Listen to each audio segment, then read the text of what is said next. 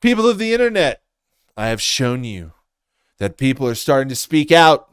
Speak out about the Rogansphere. They're not funny. They aren't comics. They don't know what they're talking about. And it's a bunch of nonsense coming out of their mouth because nobody's laughing. And well, we have another one. We have one that everybody knows. Kim Kardashian. And many of you might have your opinions on Kim Kardashian, and many of you may say she's just as credible about it as anybody in the Rogansphere and just as dumb. But that's the point. Because even the bottom is saying the Rogansphere is not funny. It doesn't matter where you go. People are starting to say the Rogansphere losers. Anyways, let's read this article from BuzzFeed because she is now addressing that infamous Tony Hinchcliffe roast, the roast that propelled Tony into the stratosphere, and to all the dumb fans he now has. So let's go. Kim Kardashian's Netflix roast experience was so bad, she apparently swearing off roasts forever.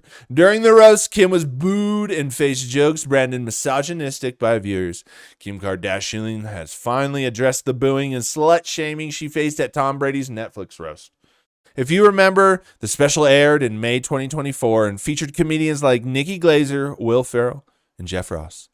Kim attended as a friend of Tom's, and like guests sometimes are, she also faced cruel jokes, notably from comedian Tony Hinchcliffe. She's calling out Tony, and she's going to say what she really thinks now. And this is good because people need to say what they really think about the Rogansphere. You're going to get attacked. Look at my comment section. You know, I'm every stupid thing on this planet. I should just give up. I should quit. I should delete myself. I should delete my channel. And nobody should ever hear from me ever again. That's the facts. But I am here to start the revolution against the bad comedy, and specifically the actors, the manipulators, the chess players. I don't know, whatever you want to say. Of that is the Rogansphere. The worst comics in the entire world are in the Rogansphere. So bad, they've rallied all the dumb people around them. Say they're funny. But back to this here. What it said. That reminds me, Kim Kardashian's here. She had a lot of black men celebrating her end zone. He then addressed Kim directly, saying, Kim, word of advice, close your legs. You have more public beef than Kendrick and Drake. If you don't remember. Ron Burgundy, huh? A whale's vagina, which reminds me, Kim Kardashian's here. She's had a lot of black men celebrating her end zone. Kim, word of advice, close your legs. You have more public beef than Kendrick and Drake. Thank you, guys. Thank you, Tom. Thank you, Jay. Yeah, that's a face of a lady that did not like that. And, you know,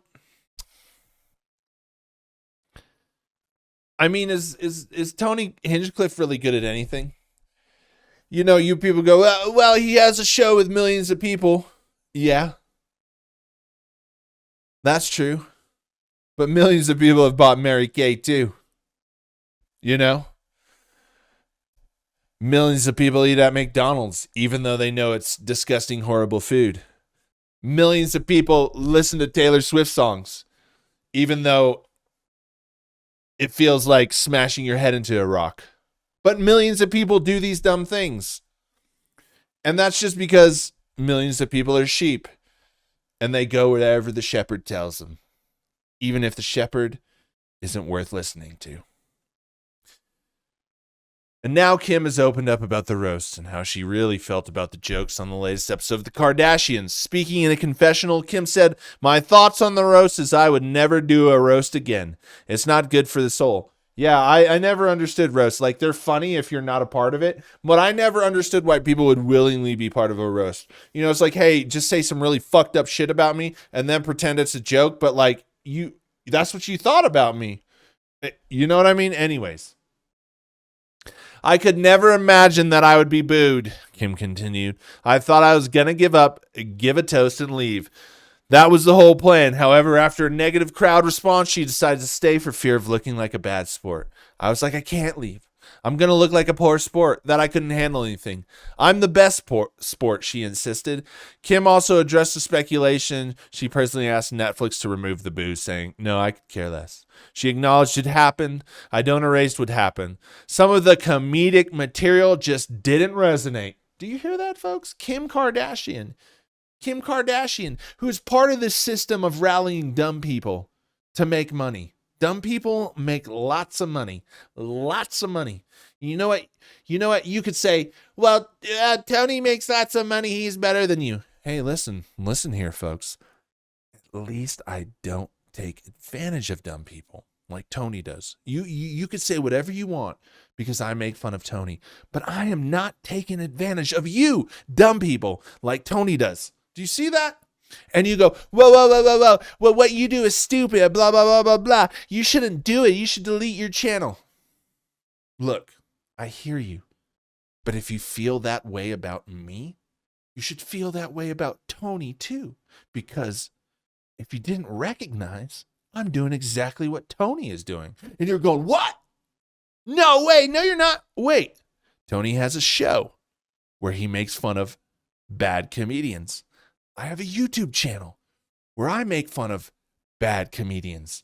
Tony provides commentary, advice, questions things, asks them things, makes fun of them, puts them down. I ask questions, make fun of them, put them down. Bad comedians. Tony is farming off of other comedians' content, bad comedians' content. I am farming off of other people's bad content, comedians. You could call me Kill LionMeows. Kill Tony, Kill LionMeows. We're the same thing. I'm just here in a room in my house instead of a stage. Me and Tony Hinchcliffe do the same thing. Never thought about it that way, did ya? Some of the comedic material just didn't resonate. That's because they're not funny. It wasn't new. Of course, they steal jokes, just like Carlos Mencia. Kim said of the jokes, all they do is call the girls whores. It was just the same thing. If you look back to the Rogansphere, if you really want to see what they think about things, there's really old episodes that most people don't know about. With all of them on there, and they have been calling girls whores. They have been making them do things so that they can get time on stage. They have mistreated them, and that is just what they are. They're just a bunch of short men angry that all the beautiful women didn't want to fuck them. So they watched all the tall guys fuck all the beautiful girls. And that's just how life is. But just like life is, they were angry and they called women horse for almost 30 years now. Just how it goes. Am I supposed to sit there and be like, how innovative?